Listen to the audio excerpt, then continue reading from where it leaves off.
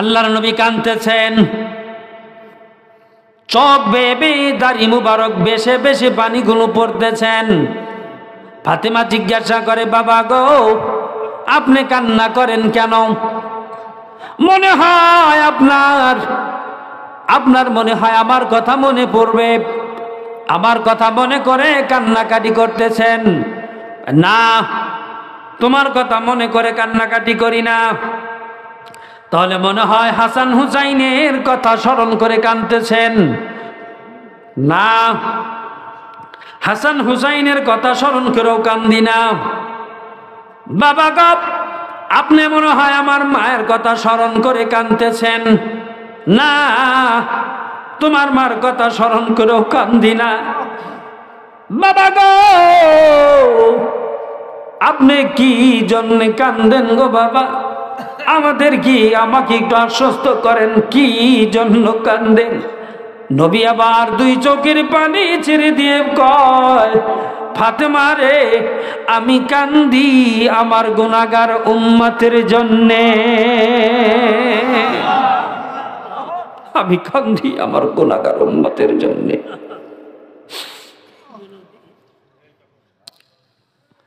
আমরা যে তার আদরের উম্মত, উম্মতের করলাম কি? রাসূল আমার আল্লাহর দোস্ত,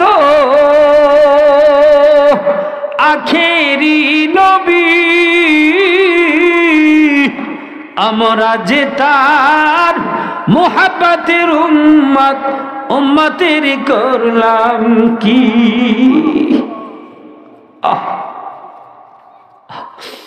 আল্লাহ পাক যেন আমাদের সকলকে ঈমান নামক দৌলত নসিব করেন। সকলেই বলেন আমিন।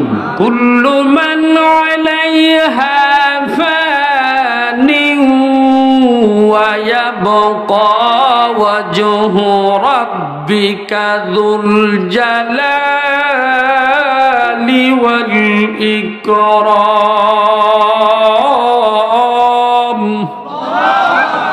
সব ধ্বংস হয়ে যাবে,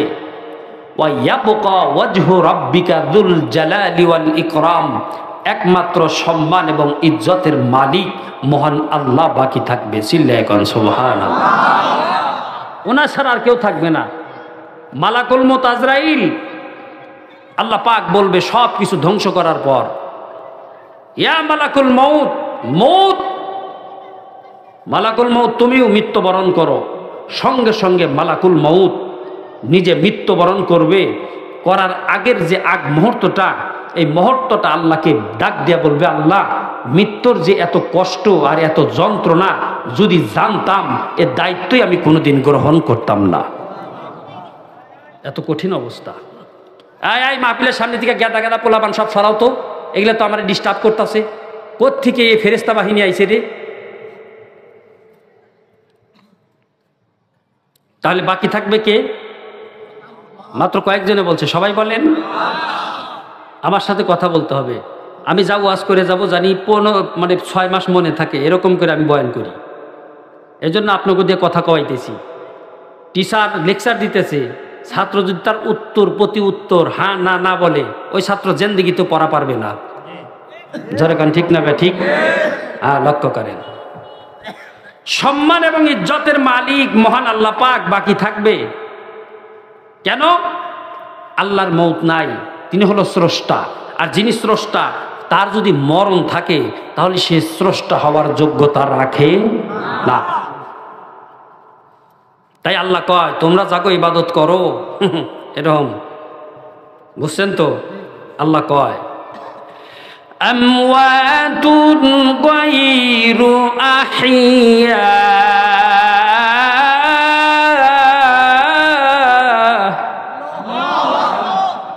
তাকায়া দেখো, জাগো ইবাদত করতেছো, অনেকটি হাত পা বানায়া, সবটি মরা, একটাও জীবিত না। দরকার ঠিক না? আমি আল্লাহ চিরঞ্জীব।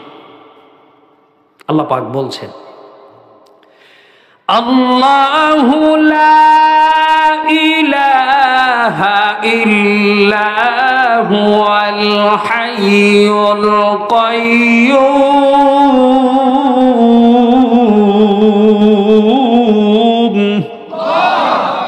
আল্লাহু লা ইলাহা ইল্লাহু, আমি আল্লাহ ছাড়া আর কোনো এলাহ নাই, আর কোনো ইবাদত করনেওয়ালা নাই। নাকি আছে? একমাত্র আমি ইবাদতের যোগ্য, আমাকেই তোমরা ইবাদত করো। এবং তিনি কাইয়ুম। তিনি কি?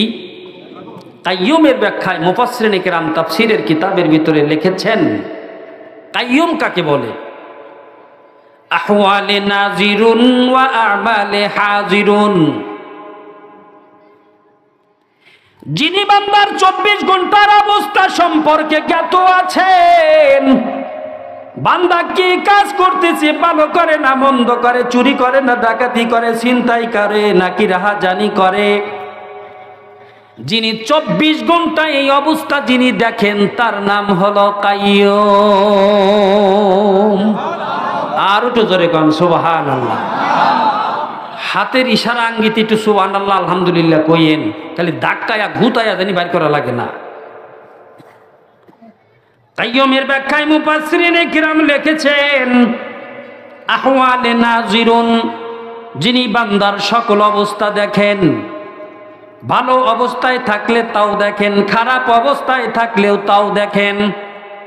আমাবস্যার রাত্রি, গভীর অন্ধকার, এই অন্ধকারের ভিতরে চোর চুরি করতে গেছে, নিজের শরীর নিজেই দেখা যায় না, এত অন্ধকার আমাবস্যার রাত। দরকার ঠিক না? চোর চুরি করতে গেছে, অন্য বাড়ির পিছন সাইড দিয়া সিং করেছে, ভিতরে প্রবেশ করতেছে, পৃথিবীর কেউ দেখলো না। দেখবো কি করে? আজকে তো অন্ধকার, পাশ দিয়া মানুষ হেঁটে যায়, চোরকে দেখতে পায় না অন্ধকারের কারণে। ঠিক না?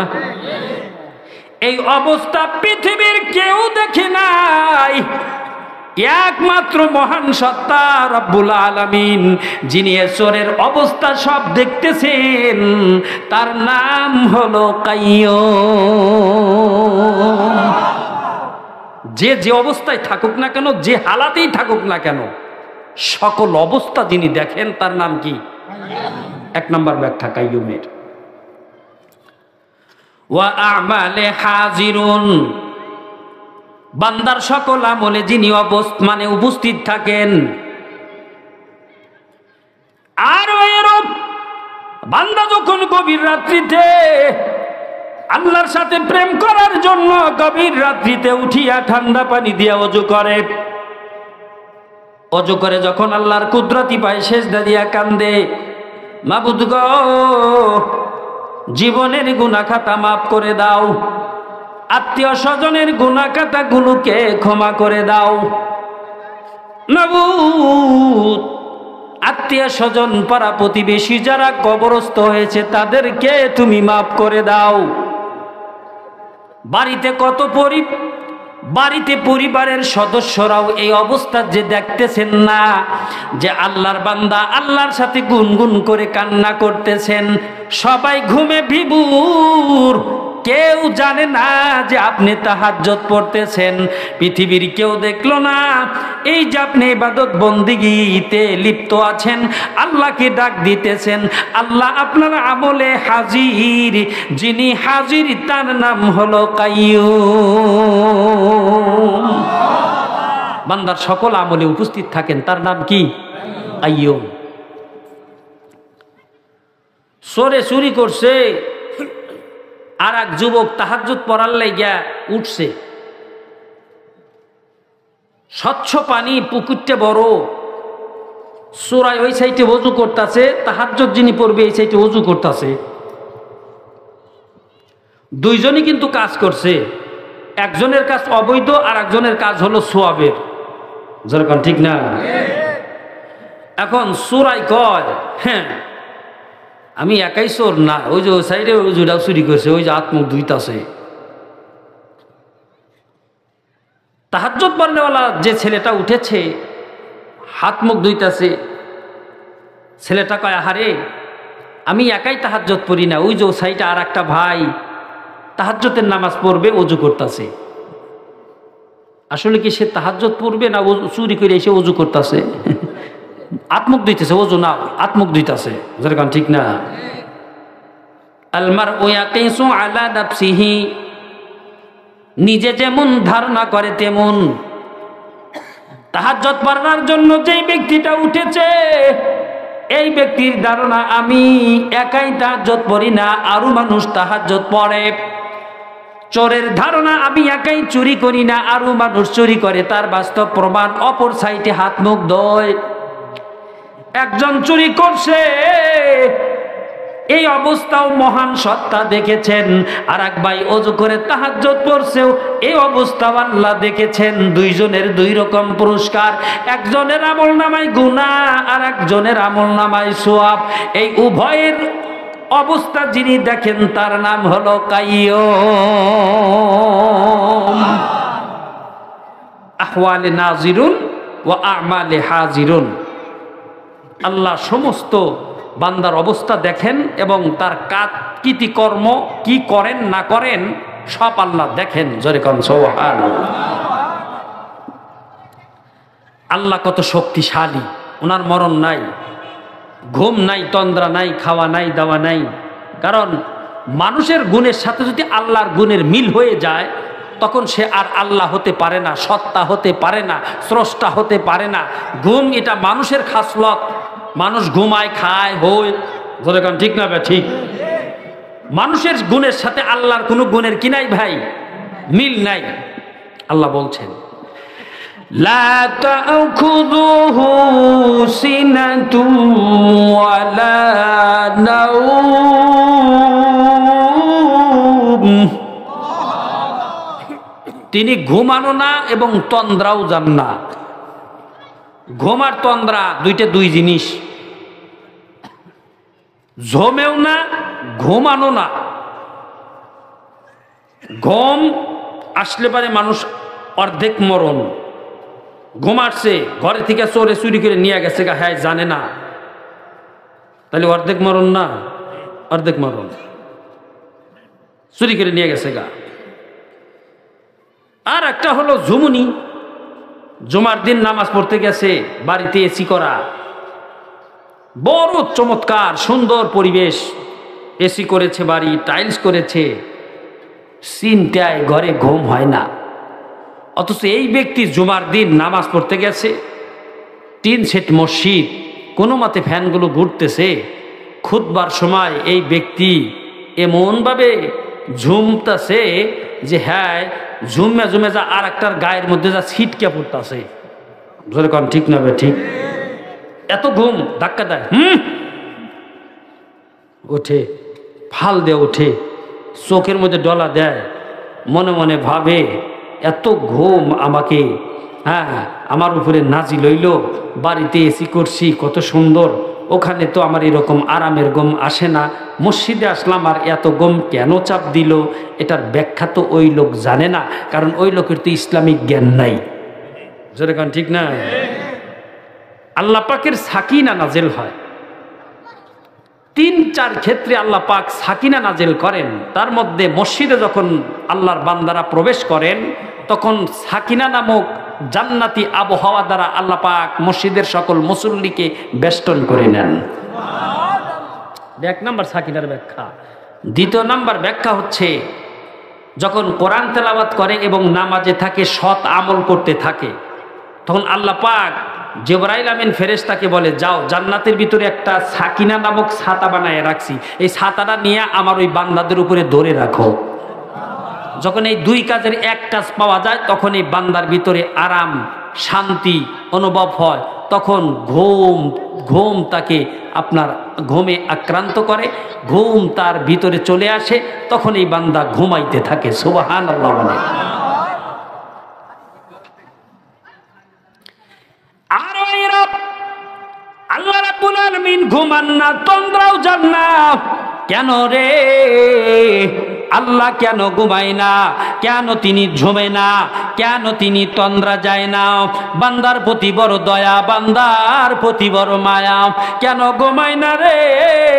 আল্লাহ যদি ঘুমায় তাহলে এই আসমান জমিন যা কিছু আল্লাহ সৃষ্টি করেছেন, মানুষকে আল্লাহ সৃষ্টি করেছেন, জিন জাতিকে আল্লাহ সৃষ্টি করেছেন, হাজার হাজার মাখলুকাত আল্লাহ সৃষ্টি করেছেন, আল্লাহ যদি ঘুমায় এদের অবস্থা কি হবে? এদের খোঁজ খবর রাখবে কেরা? আল্লাহর নাম রহমান, আল্লাহর নাম রাহিম, আল্লাহ বড় দয়ালু। আল্লাহ রাব্বুল আলামিন ঘুমায় না কেন? বান্দাদেরকে সম্বোধন করে বলে, রে বান্দারা জানোস নি আমি আল্লাহ ঘুমাই না, আমি আল্লাহ তন্দ্রাও যাই না, ঝুমুনিও দেই না। কারণ কি জানোনি? আমি আল্লাহ যদি ঘুমাই এমতো অবস্থায় আল্লাহ আমার কোনো বান্দা বান্দি যদি বিপদে পড়ে আমি আল্লাহকে ডাক দেয়, আর আমি যদি তখন ঘুমে থাকি, আমার বান্দা বান্দির ডাক কে শুনবে? গেটের দারোয়ানকে দায়িত্ব দেওয়া হয়েছে বিকাল 6টা থেকে নিয়ে সকাল 6টা পর্যন্ত তুমি ডিউটি পালন করবে। দারোয়ান ঘুমায় না। যদি জানে মালিক ঘুমাইছে, চাকরি থাকবো? যখন এই ঘুম আসে দাঁড়াইয়া হাঁটাহাঁটি করে, সিসি ক্যামেরায় রেকর্ড আছে আমি ঘুমাই কিনা নাকি পাহারা দেই। মালিক যখন একটা মাস চেকিং করে দেখে আমার দারোয়ান কখনো গম পারে না, দারোয়ানের বেতন ছিল 10,000, মালিক খুশি হইয়া বেতন দেয় 15 থেকে 20,000। কেন রে? তাকে যে দায়িত্বে নিয়োজিত করা হয়েছে, দায়িত্ব 100-100 পালন করে, ঘুমায় না। সারাটা রাত সিসি ক্যামেরায় চেক করে দেখলাম এই দারোয়ান এক কিঞ্চিত ঘুমায় না, কারণ তাকে দায়িত্ব দেওয়া হয়েছে, এই জন্য মালিক বেতন তার বাড়ায়া দেয়। আর বাইরম আল্লাহ রাব্বুল আলামিন ঘুমায় না কেন রে? ঘুমায় না কারণ কেমনে ঘুমাইবো?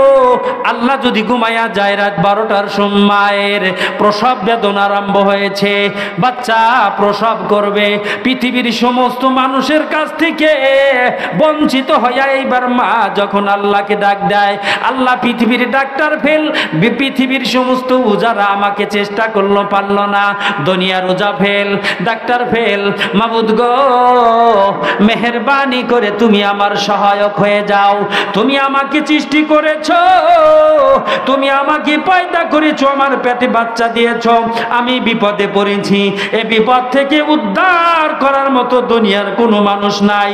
মা যখন এই তাওয়াক্কুল করে, এই তাওয়াক্কুল ভরসা করি আল্লাহকে গভীর রাত্রিতে দিন রাত 24 ঘন্টার যে কোনো সময় ডাক দেয়, আল্লাহ কয় বান্দি রে তোর ডাকে আমি আল্লাহ হাজির, তোর ডাক আমি আল্লাহ শুনছি, আমি ঘুমাই না। আর তোরে কান সুবহানাল্লাহ। যে বিপদে পড়ছে আল্লাহ যদি ওই সময় 10 মিনিট রেস্ট নিত, ঘুমাইস তো, তাহলে বান্দির ডাক কি আল্লাহ শুনতো? আল্লাহ কয় আমার ঘুম নাই, চিল্লায় কান সুবহানাল্লাহ। কারণ ঘুম পাড়াটা হলো মানুষের গুণ, মানুষের সিফত। আমাকে শরীর দুর্বল হইলেই আমরা ঘুম পারি, জোরে কান ঠিক না? কিন্তু আল্লাহর তো শরীর দুর্বল হয় না, দুর্বল হবেও না, কারণ তিনি স্রষ্টা, তিনি খালেক, সমস্ত শক্তির অধিকারী, চিল্লায় কান সুবহানাল্লাহ। ঘুমায় না, এত দয়া মায়া। সব জায়গায় আছেন তিনি, তার ক্ষমতা সব জায়গায় বিরাজমান। জাহাজ ডুবে গেছে, সমস্ত মানুষগুলো আল্লাহ আল্লাহ করতেছে, আল্লাহ ডাক দেয়া বলে, রে বান্দা বান্দিরাম আমি আল্লাহ পাক হাজির। কত থেকে যেন বাঁচার মতো কিছু উপকরণ আল্লাহ তাআলা এনে দিলেন, লোকেরা তা ধরে ধরে পারে উঠলেন। আল্লাহ রাব্বুল আলামিন বলেন, আমি হলো রহমান, আমি হলো রহিম। দুনিয়াতে রাব্বুল আলামিন রহমান এবং রাহিম দুই বাক্যের আপনার দুইটি শব্দের দুই নামের গুণাবলী আল্লাহ তাআলা দুনিয়াতে প্রয়োগ করবেন। আল্লাহ পাক দুনিয়াতে রহমান এবং দুনিয়াতে রাহিম, রহমান ব্যবহার হয়, রহমান এবং রাহিম, রহমান দয়ালু, রাহিম অতি দয়ালু। আল্লাহ সবার উপরে দয়া করতেছেন, মুসলমানের উপরে, খ্রিস্টানের উপরে, নাসারার উপরে, ইহুদির উপরে, হিন্দুদের উপরে। কার উপরে রহমত ছাড়া বাকি নাই? কারণ আল্লাহর রহমত যদি আল্লাহ উঠে নাই, সঙ্গে সঙ্গে মানুষ মারা যাবে, ঠিক না? কিন্তু পরকালে শুধুমাত্র রহমান সেজে বসবেন, রাহিম শব্দকে আল্লাহ পাক উর্দু করে নিবেন, রাহিম রাহিম রাহিম শব্দটাকে কাহারে রূপান্তরিত করবেন, অর্থাৎ ইমান ছাড়া যারা মৃত্যুবরণ করবে এদের ব্যাপারে আল্লাহ পাক কাহ্হার সেজে যাবেন, এরূপদের উপরে দয়া করা হবে না। একমাত্র রহমানের ক্ষমতা বাকি থাকবে। আর রহমান ক্ষমতা করবেন রহমান দয়া করবেন কাদের উপরে? ইমান নিয়ে মৃত্যুবরণ করবে যারা, তাদের উপরে। দুনিয়াতে দুইটা শব্দই রহমান এবং রাহিম, উভয়টার থেকে সুবিধা আমরা, উনি দয়া করতেছেন।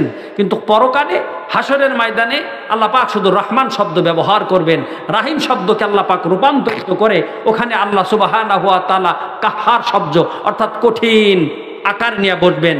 ভয়, আল্লাহর কাছে নবীরা পর্যন্ত যাওয়ার সাহস পাবে না, এত রাগান্বিত হয়ে কাহ্হার সেজে বসে পড়বেন। চিল্লায়ে এখন সুবহানাল্লাহ। কেন? বেঈমানদের জন্য এই অবস্থাটা আল্লাহ পাক তৈরি করবেন। লম্বা আলোচনা করা যাবে না, কারণ কোন সময় আবার বিষে এসে পড়ে, এজন্য চাপায় আনি। তাহলে সমস্ত কিছু ধ্বংস হয়ে যাবে, একমাত্র মহান সত্তা বাকি থাকবে, আল্লাহর মৃত্যু নাই। চিল্লায়ে এখন সুবহানাল্লাহ। সেই মহান সত্তার ইবাদত বন্দেগী আমরা করেই যাব। রাজি আছি তো ইনশাআল্লাহ? এবার আসুন, আমি যে আয়াত তেলাওয়াত করেছি, আল্লাহ পাক বলেন কুল্লু নাফসিন যায়িকাতুল মাউত,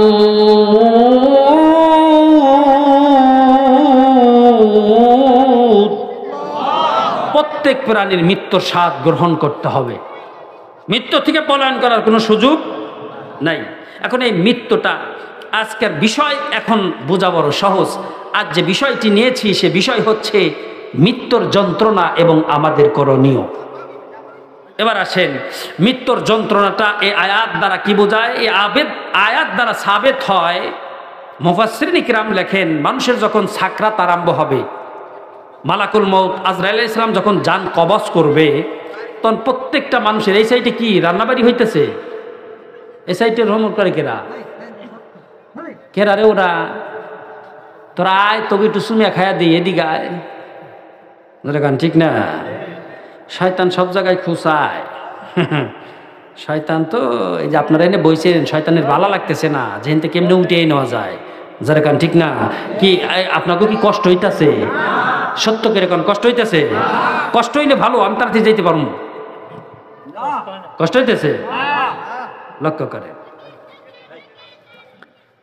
মৃত্যুর যন্ত্রণা আরম্ভ হবে প্রত্যেকটি মানুষের দুই পায়ের বুড়া আঙ্গুলি থেকে স্টার্ট হবে, জান কবজ করা স্টার্ট হবে। এজন্য দেখবেন মালাকুল মউত আজরাইল যখন মৃত্যুর যন্ত্রণা অর্থাৎ সাকরাত আরম্ভ হয়, মৃত্যুর যন্ত্রণা যখন আরম্ভ হয়, দুই বুড়া আঙ্গুলি, পায়ের বুড়া আঙ্গুলি আছে না, এই বুড়া আঙ্গুলি থেকে জাত আরম্ভ করে, টিপা আরম্ভ করে, অর্থাৎ উপরের দিকে জানটাকে বের করে নিয়ে আসা হয়। কেমনে বের করে? উদাহরণ দিলে বুঝবেন। বল্লায় কামড় দিছে, বল্লায় কামড় দেয় না অনেক সময়? যদি বাঁচতে চান, কচু আছে না, কচু, কি কচু কান আপনারা? আদারি কচু, যেটা মানে হাতাইলেও জলে, খাইলেও গলা ধরে। কান ঠিক না? সঙ্গে সঙ্গে এটা কিন্তু সব জায়গায় পাওয়া যায়। বল্লায় কামড় দিছে, কচু করবেন কি, নিচে দিকে ঠুট করে ভাঙবেন, ভাঙার পরে এক সাইড থেকে এরকম উপরের দিকে এরকম এরকম করে খালি চাপ দিতে থাকবেন। উপর দিয়ে কি বের হবে? রস বের হবে, ফেনার মতো রস বাইর হবে, সাবানের মতো। জোরে কান ঠিক না? মৌমাছি যে কামড় দিছে ওই জায়গায় লাগাইয়া দিবেন, লাগাইয়া দিলে বিষ ব্যথা কমে যাবে, ফুলবে না। জোরে কান আলহামদুলিল্লাহ। মনে থাকবে তো? তাহলে এই যে কচুর, আপনার এই কচুকে যেরকম জাতা দিয়া উপরের দিকে আস্তে আস্তে আপনি রস বের করছেন, ঠিক সাপোজ সেম এরকম ভাবে মালাকুল মউত দুই পায়ের আঙ্গুলি থেকে এরকম জাতা দেওয়া আরম্ভ করবে, জানকে উপরের দিকে নিয়ে আসতেছে। অনেক মানুষ এইটার যন্ত্রণা সহ্য না করতে পেরে দেখবেন পা গুলোকে খালি গুটায় আনে। জোরে কান ঠিক না? তখন পাশে যারা বসে থাকে তারা দুই পাও জাতা দিয়ে ধরে, মানে কয় যে এই পাও সোজা করে দাও, নাহলে মৃত্যুর পরে কিন্তু পা উপর দিকে থাকবো। জোরে কান ঠিক না?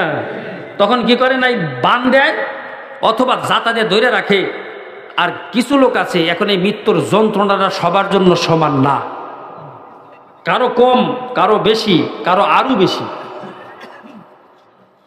মৃত্যুর যন্ত্রণা হবে এইভাবে, মালাকুল মউত দুই পায়ের বুড়া আঙুলি থেকে মৃত্যুর যন্ত্রণা স্টার্ট করতে থাকবে, জান কবজের কাজ আরম্ভ করতে থাকবে। বান্দা যদি মুমিন হয় তাহলে সূরাত একরকম, আর যদি বেঈমান হয় মৃত্যুর যন্ত্রণা এবং সিস্টেম আর এক রকম। হযরতে এক বুজুর্গ কিতাবের মধ্যে লিখেছেন যে মুমিন মুত্তাকির যখন জান কবজের সময় হবে, মহান রব্বুল আলামিন 500 রহমতের ফেরেশতা মালাকুল মউতের হাতে পাঠায়া দেয়। জালালউদ্দিন সুয়ুতী রাহমাতুল্লাহ আলাইহি তার কিতাবের মধ্যে লিখেছেন, মুমিনেরও কষ্ট হবে, বেঈমানেরও মৃত্যুর সময় কষ্ট হবে। তো এই কথা রাসূল কারীম সাল্লাল্লাহু আলাইহি সাল্লাম যখন বললেন, এই ছেলেরা কথা বলো না, মা আয়েশা সিদ্দিকা রাদিয়াল্লাহু তাআলা আনহা জিজ্ঞাসা করিয়া, রাসূলুল্লাহ মুমিন মুত্তাকিরও কি জান কবজের সময় মুমিনেরও কি কষ্ট হবে, ইমানদারদেরও কি কষ্ট হবে? আল্লাহ রাসূল বললেন, হ্যাঁ। ইয়া রাসূলুল্লাহ, তাহলে মুমিন মুত্তাকির ইজ্জত রইল কোথায়?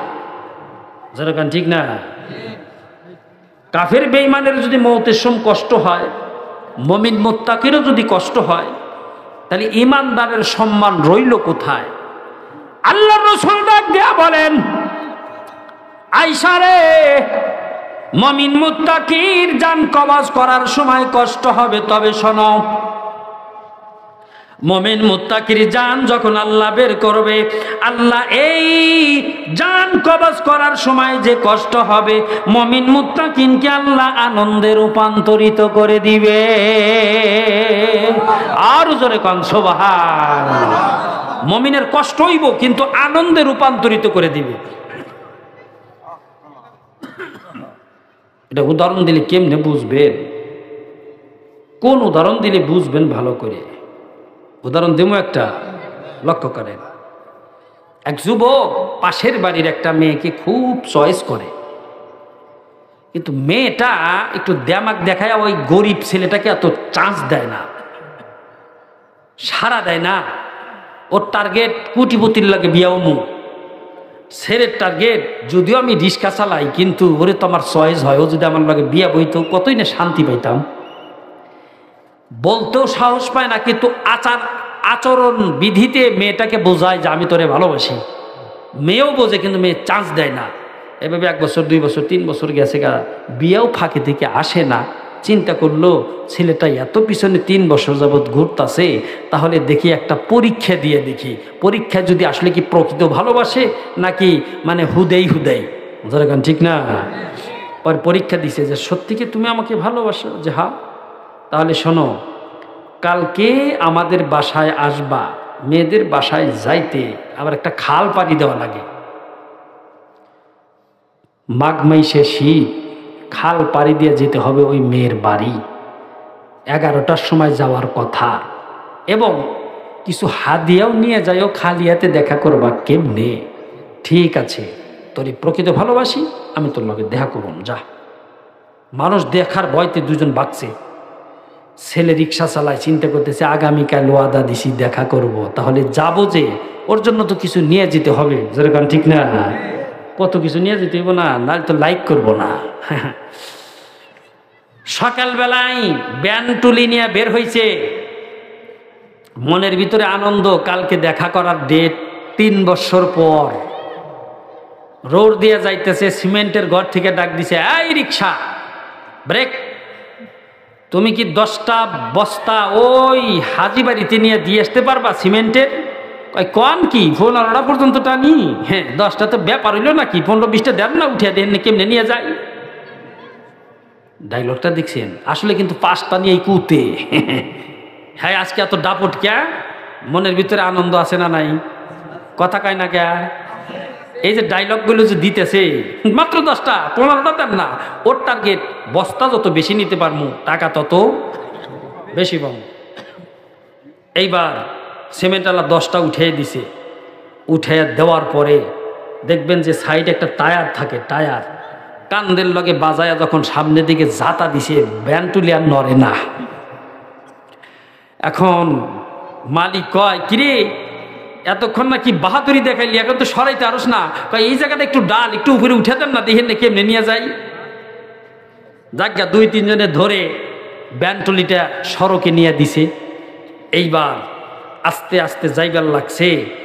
সামান্য কিছু দূর যাওয়ার পরে ঘেমে, সারা শরীর ঘেমে ঘামগুলো জুতার ভিতরে গেছে গা। এখন যখনই টান মারে, হ্যাঁ 2 জায়গা আওয়াজ হয়। একটা হলো মুখে আওয়াজ হইতেছে কষ্টের আওয়াজ, আর দ্বিতীয়টা আওয়াজ হইতেছে জুতার ভিতরে ক্যারত ক্যারত ক্যারত ক্যারত। জোরে গান ঠিক না? ঘামে। এখন আবার গানও টান দিতেছে, গানেরও সুর দেয়।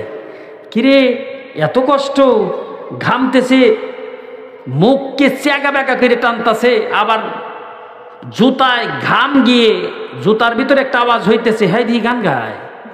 ঘটনা কি, তুই গান গাস কে? আচ্ছা বলেন, এই যে সিমেন্টের বস্তাগুলো নিয়ে যাচ্ছে, ওর কষ্ট হইতেছে কিনা? কষ্ট হইতেছে না? কিন্তু যে গান গায়, গান গাওয়ার উদ্দেশ্য হলো ওই যে দেখা করব। এখন আনন্দের ভাগ বেশি, কষ্টের ভাগ, কষ্ট কিন্তু হইতেছে, কষ্ট কিন্তু হইতেছে, কিন্তু কষ্টের ভাগ ওর কাছে ওই সময় কষ্টটাকে ঢেকে ফেলতেছে ওর আনন্দে। যেরকম ঠিক না? এই জন্য ওর মুখে গান। ঠিক তেমনি ভাবে মুমিন মুত্তাকির যখন জান বের হবে, আল্লাহ পাক জান্নাতের হুরে গিলমানকে হ্যাঁ এত সুন্দর করে দেখাবে, দেখানোর সাথে সাথে যখনই মালাকুল মউত আজরাইল ইমানদারের জান কবজ করবে, সুস্পষ্ট ইমানদার ব্যক্তি জান্নাতের হুরে গিলমানদেরকে দেখতে থাকবে। যখনই দেখবে খুশিতে আত্মহারা হয়ে যাবে। এদিকে মালাকুল মউত যে জানটা কবজ করতেছে, কষ্ট হইতেছে, কষ্টের ভাগ কম, আনন্দের ভাগ বেশি, যার কারণে মুমিন মুস্তাকির কষ্ট হওয়া সত্ত্বেও মৃত্যুর যন্ত্রণা মুমিনেরা বুঝবে না। চিল্লায়া কোন সুবহানাল্লাহ। আমি কি বুঝাইতে পেরেছি? আর একটা উদাহরণ দিলে একটু বেশি পরিষ্কার হবে। ছোটবেলায় যারা আপনারা মুসলমানি নিছেন, যারা মুসলমানি দেয় তাগো কি কন? আজাম। তো এই আজাম দেখে ভয় সৃষ্টি হইল কখন? আশপাশে 2-1টা মুসলমানি করতে দেখছি যখন। আজাম আইলো, বাড়ির পাশের একটা মুসলমানি দিছে, দেখলাম কেমনে সুন্দরকে লুঙ্গির উপরের দিকে উঠাইলো, ওঠানোর পরে ওটার ভিতর দিয়ে একটা লাঠি ঢুকাইয়ে দিল, এরপরে একটা কি জানি বের করলো, যখন কুচুত করে কাইটে হালাইলো, বড় জিনিস ছোট হয়ে গেল। হাই হাই এটা তো আমারও একদিন হইব। ওখান থেকে ভয় ভিতরে ঢুকলো। যেরকম ঠিক না? ঠিক কি আপনারা মানে মুসলমানি নেয়ানি নেই? কথাই তো কর না, দেখি কি কথা কি সঠিক না বেসঠিক? ভয়টা ঢুকলোই তো ওই জায়গা থেকে। পাশের এক বন্ধুরে দেখছি ছোটবেলায় মুসলমানি দিতে কি কষ্ট, ভাবলাম ওখান থেকেই ওয়াদা মুসলমানি নিম্না। যে কষ্ট রক্ত পড়ছে দেখছি। যেরকম ঠিক না? এখন আস্তে আস্তে বড় হইতেছি, মাঝে মাঝে যখন ওই মুসলমানের দৃশ্যটা ভেসে ওঠে, খাওয়া বাদ দেই, জাল্লা রে আমিও তো এই পথের একজন পথিক। যেরকম ঠিক না? মা মুসলমানি নিম না। না বাবা তোরে মুসলমান দিম না তো, আমি কি এত বোকা না? মাও সাহস দিতেছে। যখন মায় কয় তোরে মুসলমানি দিম না, তখন বাতের নলা গিলতে খুব সহজ হয়। হ্যাঁ ভাই কয় কে মুসলমান না, কালকে হাজা মানতেছি। মা কয় না না না মুসলমান দিম না, খাও তুমি। মায়ের কথাই তো বেশি প্রাধান্য দিছি। জোরে কান ঠিক না? তখন খাইছি। এখন তো এই সমস্ত মুসলমানি নিয়ে কথা বাড়িতে এত কবলা কেন? মুসলমানির টাইম হয়ে গেছে। জোরে কান ঠিক না? কোন জায়গা দিয়ে বড় ভাই এই আজ আমরা ঠিকঠাক না করছে তা জানি না তো, আমরা তো খেলছি। তো আজ আমি সে বসে আছে জানিই না খবর। এই কি করস? মাঠে খেলতেছি। এদিকে দৌড় দে, এই দেখ কি আসছে দেখে যা। দৌড়াইয়া বাড়ির কাছে আসছি, থাপা দিয়ে হাত ধরিয়া লাইছে। যেরকম ঠিক না? পরে আইতাছি, তরে মুসলমানি দিব। ইয়া আল্লাহ, ভাই তো হাতটাকে ওইভাবে ধরছে একটু নরম করে, ছুটে যে একটা দৌড় পারতে পারতে কার ঘরের মাছার নিচে, রান্নাঘরের মাছার নিচে যা পলাইছি, যেরকম ঠিক না, জানি আমার না খুঁজে পায়। ভাই তো খুঁজতেছে, পাগল হয়ে গেছে, খুঁজতে খুঁজতে খুঁজতে খুঁজতে এলাকার মানুষ দেখাই দিতেছে এই দিক দিয়ে গেছে, ওই ঘরের ভিতরে রান্নাঘরের মাছার নিচে যায়। ভাই কয় কিরে এনে এসে পলাইছ কেন লেগে? আয় ই আল্লাহ, মনে করছিলাম ধরা হারবো না, এখন ধরে আলাইছে। যেরকম ঠিক না ঠিক? কয় আজাম কোন টাইমে চলে গেছে, তুই এখানে রয়েছ, সাপে কামড় দিব, ওই দেখি সাপ আছে। ই আল্লাহ ব্যাগ। যেরকম ঠিক না ঠিক? সাপের ভয় দেখেছে, বের হয়েছে, মুসলমান গিয়ে দেবো না, আজাম চলে গেছে গা। আর দইরে আবার আস্তে আস্তে আস্তে আস্তে যেই সামনে পড়তেছে এরকম কি ইশারা করতেছে, অর্থাৎ কিছু কোচ নেয়, নাহলে ওরে মুসলমান দেওয়া কষ্ট। যেরকম ঠিক না? আল্লাহ রে, যখন বাড়িতে আইছি দুইয়ের মধ্যে দেখি উঠানের মধ্যে সুন্দর করে গণেশের মতো বইয়ে রয়েছে আজাম। যেরকম ঠিক না ঠিক? না ঠিক ঠিক এর মরার মতো কথা হইতাছে না না, এরকম আওয়াজ দিলে পারে আজিজুল হক আরিফ ওয়াজ করে না, মানে যে কথা বলতে হবে একার সিংহের মতো। যেরকম ঠিক না ঠিক? এ আনছে কি ভালো লাগে কি, এর মন রোজার মাস দিয়ে মানে এখানে কাব হয়ে গেছে গাইডি। হ্যাঁ, অক্টোবাসের মতো বইয়ে রয়েছে আজান। শিকার তো মনে করেন যে যেভাবে পারছেন, হ্যাঁ বিভিন্ন রকমের। মা আবার ভালো বোঝে যে আমার ছেলে মিষ্টি পছন্দ করে, বড় বড় গুল্লাইনে রাইখে দিছে যে এটা মুসলমানি সময় খাওয়াম। বাড়ির পিস দিয়ে নিয়ে আসছে আজামের সামনে। আজাম কয় কটা পোলাপান আমরা মুসলমানি দেই না, হেল্লা সব কিছু দেখি গুটায় খালি ভিতরে ভরতাছে। সাহস হইল, মনে হয় দিব না, আমার যে অবস্থা, আমার অবস্থা দেখে আজাম দিব না। তো কইছে কি আসো, মুসলমানি না দিলাম একটু তোমার দূরে কথা জি গাই, আসো বিয়া করছো না? জোরে কান ঠিক না? এইরকম রহস্য করে হাজামরা রহস্য করে একটু মনটারে ফুর্তি দেওয়ার পরে কয় তোমারে তো মুসলমানি দিম না, তুমি যেভাবে পলান শুরু করছো আর যেরকম করতেছো তোমার মুসলমানি দেব না, তুমি থাকো, আমি যাই গিয়া। তো বড় ভাই কয় আচ্ছা আপনার মতো আপনি যান, ওর একটু এই জায়গায় বসাইয়া দেই। কয় বসানের কিন্তু সিস্টেম আলাদা আজামের সামনে, আগের মতো বসলে হবে না, ও বসা আজামরা পছন্দ করে না। সিস্টেম দেখাই দিচ্ছে, এই হাত এই হাত, এই হাত এই পান নিচ দিয়া, এই হাত এই পান নিচ দিয়া। জোরে কন ঠিক না ঠিক? যা তা দিয়ে ধরছে ভাই, আবার এখানে দেরে লাইছে, এখানে দেরে লাইছে, একেবারে অফিস আদালত পুরো আজামের সামনে। জোরে কন ঠিক না ঠিক? এখন দেহুম নিচে, এবার দেহুম যে কি অবস্থা দেখতে দিতেছে না, আর একজন এসে মাথা উপরের দিকে যাতা দিয়ে ওই দিকে নিচে। জোরে কন ঠিক না? এ মুহূর্তে আজামে মনে করেন যে অস্ত্রপাতি বাইর করে ডলাডলি সিস্টেম দিব, বাঁচাও বাঁচাও। তখন তো বুঝছি যে এখন আর উপায় নাই। মাই করছে কি, এদিক দিয়ে পিছন দিয়ে আইসা ও বাইরে একটা থাপ্পুর, এটার একটা থাপ্পুর দেখো, সর আমার পোলারে সাইডে দে, ভাবজান তুমি হা করো, হ্যাঁ মিষ্টি পছন্দ, এত বড় একটা গোল্লা মুহের মধ্যে দিয়ে দিছে, কারণ মিষ্টি পছন্দ করি। মিষ্টির স্বাদটা এমন লাগতেছে, মিষ্টির স্বাদের ছুটে এই যে মিষ্টি যে খাইতেছি, জেহেনটা ব্রেনটা কিন্তু ডাইভার্ট হয়ে গেছে মিষ্টির দিকে। যেরকম ঠিক না? এখন কি সে জানি পিঁপড়ার মতো একটু কামড় দিল, এরকম অনুভব হইল। মিষ্টি খাওয়াও শেষ, হ্যাঁ মাথা ছেড়ে দিছে, নিচের দিকে তাকাইয়া দেখি হ্যাঁ অনেকখানি ফালাইয়া দিয়া বান্ডিস কইরা রেডি করে থইছে। কথা কয় না কে? জনগণ ঠিক না? আচ্ছা বলেন, এই যে মুসলমানের সময় একটু কামড় দিছে, একটু কষ্ট হয়েছে না হয় নাই? হয়েছে, কিন্তু এই কষ্টটা অনুভব হয় নাই কিসের কারণে? কথা কয় না কে? মিষ্টির কারণে অনুভব করতে পারি নাই। তেমনি ভাবে মুমিন মুত্তাকির জান কবজ করার সময় জালালউদ্দিন সুয়ুতী রাহমাতুল্লাহ আলাইহি বলেন 500 রহমতের ফেরেশতা মালাকুল মউত সঙ্গে করে নিয়ে আসবেন। প্রত্যেকটা ফেরেশতার হাতে জান্নাতের পতাকা থাকবে, আহলান সাহলান মারহাবা জানানো হবে, এরে আল্লাহর বান্দা তোমার বড় সম্মান, তোমার বড় ইজ্জত, তুমি ঈমানের উপরে অটল অবিচল ছিলে, আল্লাহ পাকের দেওয়া বিধিবিধান তুমি মেনে চলছো, কোনোদিন তুমি অবহেলা করো নাই, রমজান মাসের রোজা করেছ, ফরজ নামাজ আদায় করেছ, মাহফিলে গিয়েছ, মসজিদে গিয়েছ, সকল ইবাদতের উপরে মহান আল্লাহ তোমার উপরে রাজি এবং খুশি ছিল। এই যে দেখো হুরে গিলমানরা জান্নাতের মিষ্টি নিয়ে দাঁড়ায় আছে, তোমার মুখের ভিতরে দিয়া দিবে, হা করো হা করো। হা যখন করেছি সাকরাত আরম্ভ হয়ে গেছে। মা জান্নাতের হুরে গিলমানরা মিষ্টির টুপলাটা যখন মুখের ভিতরে দিয়া দিছে, মজার ভাগ বেশি। এমন তো অবস্থায় মালাকুল মউত আজরাইল কোন জায়গা দিয়া জানটা নিয়ে গেছে মুমিন টের পাবে না। আরো জোরে কান সুবহান। কষ্ট হইব, কিন্তু কষ্টকে আল্লাহ পাক আনন্দে রূপান্তরিত করে দিবে। চিল্লায় কান সুবহানাল্লাহ। কষ্ট হইতেছে? মাশাআল্লাহ। লক্ষ্য করেন, এখন এই মৌত থেকে পালাইয়া যাবেন কোন জায়গা? যাওয়ার কোনো সুযোগ আছে? তো মুমিন মুত্তাকির মৃত্যুর অবস্থা বললাম। এবার বেঈমান বেদিন নাফরমানের জান কবজ হবে কিভাবে?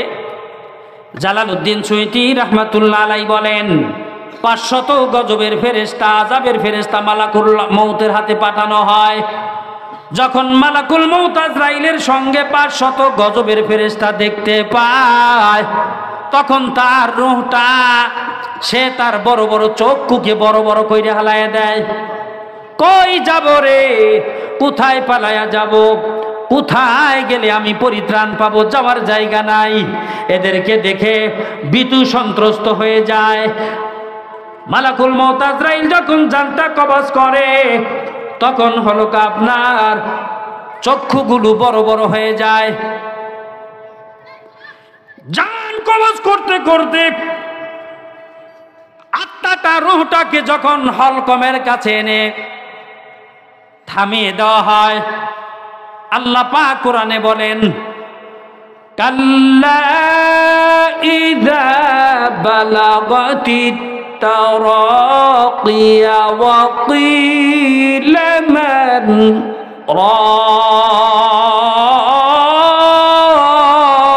রাক ওয়া যান্না আন্নাহুল ফিরাক।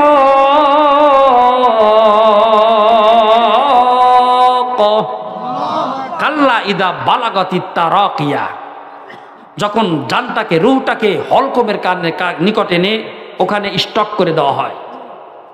ওয়াকিলা মান রাক, কিলার ফাইল কর্তা লুকাই। কিলা বলে যদি ফেরেশতাদের দিকে ইঙ্গিত করা হয়, ফেরেশতারা বলে আমাদের হাত থেকে আজকে তোকে কে বাঁচাবে, ডাক তোর সব পাঠীদেরকে ডাক, ক্ষমতাসীনকেও ডাক, আত্মীয় স্বজন ডাক, পাড়া প্রতিবেশীকে ডাক, তুই যাগো সঙ্গপঙ্গ ছিল তাগো ডাক, আমাকে হাত থেকে দিহি তোরে কে রক্ষা করে। কিলার ফাইল কর্তা লুকাই। কিলা বলে দুই দিকে মার যা, আলেমরা বুঝবে ভালো। এখানে যদি ফেরেশতাকে উল্লেখ করা হয়, ফেরেশতারা ডাক দেয়া বলে ডাক আমাদের হাত থেকে তোকে আজকে কে রক্ষা করবে দিই। আর যদি কিলার ফাইল যদি মাইয়েত হয়, যার সাকরাত আরম্ভ হয়েছে, সে বলে কে গো তোমরা, ও ফেরেশতার দল, স্থবর অস্থবর যা সম্পদ আছে তোমাদেরকে দিয়ে দিলাম, ছেড়ে দাও। ডাক দিয়া বলে আত্মীয় স্বজনেরা, কে কোথায় আছো আসো, আমাকে এদের হাত থেকে একটু রক্ষা করতে পারোনি, দেখো তোমাদের জন্য অঠেল সম্পদ রেখে যাচ্ছি, বাড়ি রেখে যাচ্ছি, গাড়ি রেখে যাচ্ছি, ব্যাংক ব্যালেন্স রেখে যাচ্ছি, আমাকে এদের হাত থেকে বাঁচাইতে পারো কিনা দেখো, আসো তোমাদের সহযোগিতা কামনা করি, তোমরা একটু আমাকে সহযোগিতা করো এই মালাকুল মউত আজরাইল এবং তার সঙ্গদের হাত থেকে। কেউ আসে না, কেউ যায়। তখন কয় ওয়াযান্না আন্নাহুল ফিরাক।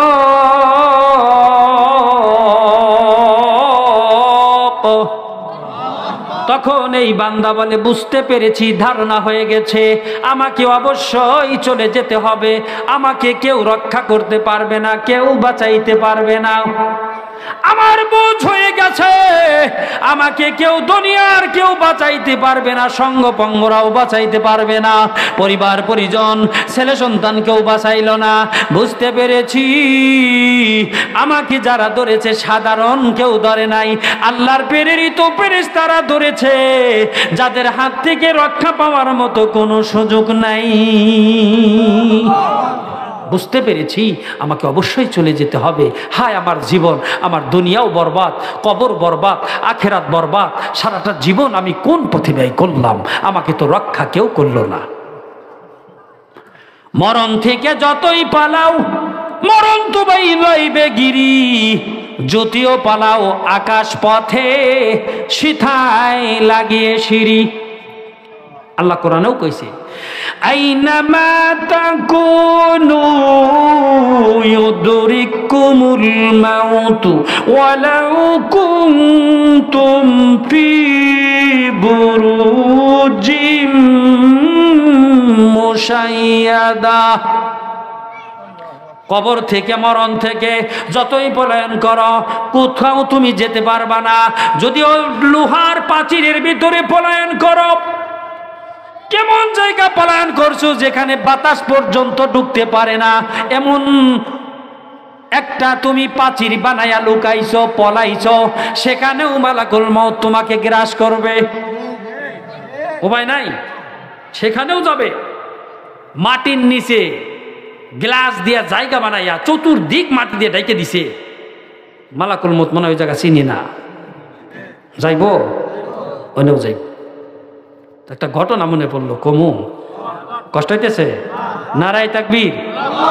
কেরা কেরা কয় না দেখেন তো, হেরা হলো ওই দলের লোক। নারায়ে তাকবীর, লিল্লাহে তাকবীর। মুসা আলাইহিস সালামের কাছে এসে তার এক উম্মত কইতেছে, ওগো আল্লাহর নবী মুসা, আমার একটু অগ্রিম ভবিষ্যতের কিছু জ্ঞান আল্লাহর কাছ থেকে আইনা দেন।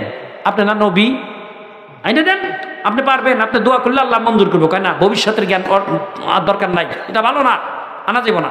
কেন না, কিন্তু আমি তোমার সাথেও নাই, আগেও নাই, পরেও নাই। যেরকম অনেক সময় গ্রামের নেতারা বড় নেতাদের কাছে কিছু আবদার করে কিনা, জোরে কর, তখন শরমে হোক লজ্জায় হোক এটাকে মঞ্জুর করে, ঠিক না? এরকম মঞ্জুর মানে আবদার করছে। ঠিক আছে, তাহলে দেখি ভবিষ্যতের জ্ঞান তো শিখা ভালো না, তো তুমি যেভাবে আবদার করতেছো দেখি একটু আল্লাহর সাথে পরামর্শ করে দেখি। মুসা আলাইহিস সালাম আল্লাহর কাছে দোয়া করলেন, হ্যাঁ আল্লাহ, আমার ওই উম্মত ভবিষ্যতের জ্ঞান চায়, একটু তুমি দাও, ওকে দিয়েই দাও। আল্লাহ রাব্বুল আলামিন সমস্ত নবীদের দোয়া, একটা নবীর দোয়াকেও আল্লাহ পাক নামঞ্জুর করেন নাই, প্রত্যেক নবীর দোয়াকে আল্লাহ কবুল করছে, যেরকম সুবহানাল্লাহ। মুসা আলাইহিস সালামের দোয়া কবুল করে জানায় দিলেন যে হ্যাঁ বলে দাও, তাকে দান করলাম। হ্যাঁ শোনো, তোমাকে আল্লাহ পাক ভবিষ্যতের জ্ঞান দান করছে। বাড়িতে গেছে, একদিন যায়, 2 দিন যায়, 3 দিনের মাথায় ওই ব্যক্তি জানতে পারলো আমার বাড়িতে যে পালে যে একটা গাবি আছে, গাবিটা শুক্রবারের দিন জহরের পর মারা যাবে। ওই যে আল্লাহর নবী আইনে দিছে ভবিষ্যতের জ্ঞান, আল্লাহর নবী দোয়া তো কবুল, ওই লোকটা ছাড়ে না, ভবিষ্যতের জ্ঞান হেরে দোয়া হয়েছে। তাহলে তার গাবি মারা যাবে শুক্রবার দিন জহরের পরে, এটা জানতে পারছে। হ্যাঁ করছে কি, বৃহস্পতিবার দিন নিয়ে কালামপুরাটে বিক্রি করে থিয়েছে। মরার থেকে আগে বাসাই খারাপ, মরব কিবারে, বিক্রি করলো কিবারে, লস না লাভ, চিল্লাই বলে লস না লাভ। বাড়ির সদস্য যারা ছিল সবাই খুশিতে বাগবাগ। আব্বা তুমি এই জিনিস আরো 10 বছর আগে শিখতে পারলা না, এ পর্যন্ত 20টা মুরগি মারা গেছে, 10টা ছাগল মারা গেছে, কত কিছু মারা গেছে, একটাও তো মরতে দিতাম না, মরার আগের দিন না খালি বেঁচে দিয়ে দিতাম। যাজ্ঞা এখন তো শিখছি, এখন সামনে থেকে তো আর লসের পালা নাই, খালি লাভের পালা। আরো 3 দিন চলে গেল, যাওয়ার পরে জানতে পারলো তোমার পালে যে উটটা আছে, উটটা মারা যাবে মঙ্গলবারের দিন সকাল 10টায়। এই ব্যক্তি অতি চালাকের নাকে থাকার কমুনা, জোরে কান কথা ঠিক নেবে ঠিক। মঙ্গলবারের দিন কি মারা যাবে, উট মারা যাবে। ওই লোক আগের দিন নিয়ে বিক্রি করে চলে আসছে, বড় খুশিতে আত্মহারা। আরো আরো 3 দিন যাওয়ার পর জানতে পারলো তোমার আগামী বুধবারের দিন সকাল 11টায়, বেলা 11টায় তোমার জান কবজ করা হবে। মইরে গেছি গে রে, হ্যাঁ, রক্ষা নাই। চিল্লায় কোন সুবহানাল্লাহ। এই যে আমি আজকে আজিজুল হক আরিফি এই জায়গায় ওয়াজ করতেছি, আমি যদি সঠিক জানতে পারতাম যে 12টার সময় আজরাইল আমার লগে দেখা করব, এই মাহফিলে আইতাম। আর আপনারা যদি কেউ জানতে পারতেন যে আজকে রাইতে আমাকে মৌত, কেউ মাহফিলে আইতেন। মরার জন্য প্রস্তুত আছি, কিন্তু সময় জানা নাই দেখে সবাই আনন্দিত। কথা কান ঠিক না? বা ঠিক। মৌতের জন্য প্রস্তুত আমরা, কিন্তু সময় নির্দিষ্ট নাই দেখে আমরা যতক্ষণ বাঁচুম আনন্দ নিয়ে থাকুম। জোরে কান ঠিক না? তো ওই লোক যখন জানতে পারছে যে অমুক সময় অমুক টাইমে তোমার মৃত্যু, খাওয়া দাওয়া বন্ধ, পায়খানা বিশুদ্ধ বন্ধ, দৌড়াইয়া মুসা আলাইহিস সালামের কাছে গেছে। ওগো আল্লাহর পয়গাম্বার, আমার মৌতটা একটু ফিরেন না, আমি কিল লেগে শিখলাম, না জানাই তো ভালো ছিল। তো শিখে কি ফায়দা হয়েছে? ফায়দা 2টা হয়েছে। কি ফায়দা? কয় গরু মরা গেছে, মরার কথা জানছিলাম, বেঁচে টিহাগুলো আছে। আমার উটো মরার কথা শুনে সেটাও বিক্রি করছে, সেটাও গচ্ছিত আছে। আরে আল্লাহর বান্দা, আল্লাহ রাব্বুল আলামিন যার যখন মৌত লিখে রেখেছেন, 1 সেকেন্ড এদিক যাবে না সেদিক যাবে না। দরকার ঠিক না? আরে আল্লাহর বান্দা, 2টা পশু তোমার মৃত্যুবরণ করেছেন। তোমার জানের বেলা পশুর উপর দিয়া আল্লাহ পাক নিতে চেয়েছিল, অর্থাৎ 2টা পশু তোমার মারা যাইতো, তুমি আর 30 বছর বেঁচে থাকতা। যখন তোমার মৌতের বালাটা পশুর উপর দিয়া দিছে আল্লাহ, তখন তুমি 2টা পশু বিক্রি করে ফেলছো। বালাটা গরানের মতো জায়গা তুমি রাখো নাই, এই জন্য ওই মৌতটা কি আল্লাহ তোমার উপরেই নাজিল করেছে। এখন বলেন ঠকছে না জিতছে? ঠকছে। কারণ জানের বালাটা যাইতেছিল মালের উপর দিয়ে, সে জিনিস কি করছে। এই জন্য এটা দ্বারা কি বুঝাইলাম? এলাকার মা বোনদেরকে, ভাইদেরকে বলবো, যদি পশু মারা যায় কখনোও ব্যতীত হবেন না, কান্না করবেন না। ছাগল মারা গেলেও কান্না করবেন না। কেন কান্না করবেন? অনেকের আছে বাছুরটা মারা গেছে, ছাগলটা মারা গেছে, এমন ভাবে কান্নে মনে হয় জানি তার ফুলা মারা গেছে। কথা কয় না কে? আমি জীবনে একবার শুনছি, কান্তাছে, ও আমার ছাগল রে, ছাগল। আমি কই কি রে, মানুষ মারা গেছে নাকি? এখানে কাছে দিয়ে দিই, ছাগলের গাওয়া তাইতেছে, আর ছাগলের নাম উল্লেখ করে করে হ্যাঁ হে ফেপায়া ফেপায়া কান্তাছে। এরকম কান্না আছে না নাই? কেন নিলে আল্লাহ, কেন মারলে? মাদেরকে বলবো, আল্লাহ যা করেন ভালোর জন্য করেন। হয়তো তোমার ছেলে বিদেশে আছে, তার উপর দিয়া বালাটা যাইতেছিল, মৌতের বালা, আল্লাহ পাক ওই বালাটাকে ডাইভার্ট করে তোমার ছাগলের উপর দিয়া দিছে, ছাগল মারা গেছে। তুমি কখনো আফসোস করবা না, ধৈর্য ধারণ করবা। ইন্নাল্লাহা মা'আস সাবিরিন। আল্লাহ রাব্বুল আলামিন বলেন, ধৈর্যকারীর সাথে আমি আল্লাহ থাকি। যদি ধৈর্য ধারণ করতে পারো, আলহামদুলিল্লাহ বলতে পারো, ওই ছাগলের চেয়ে উত্তম ছাগল আমি আল্লাহ পরবর্তীতে দিয়ে দিমু। আর একটু জোরে কান সুবহানাল্লাহ।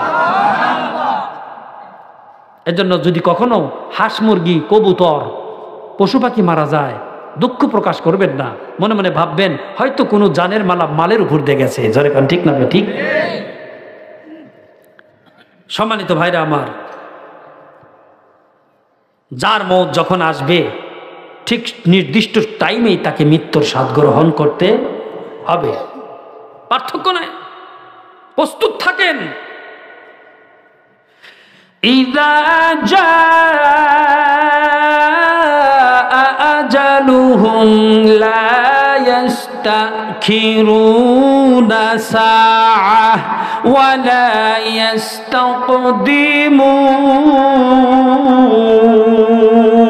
ইস্তাকদিমুন। যার যখন মৃত্যুর সময় এসে যাবে, একটা সেকেন্ড আগেও জান বের করা হবে না, পরেও জান বের করা হবে না।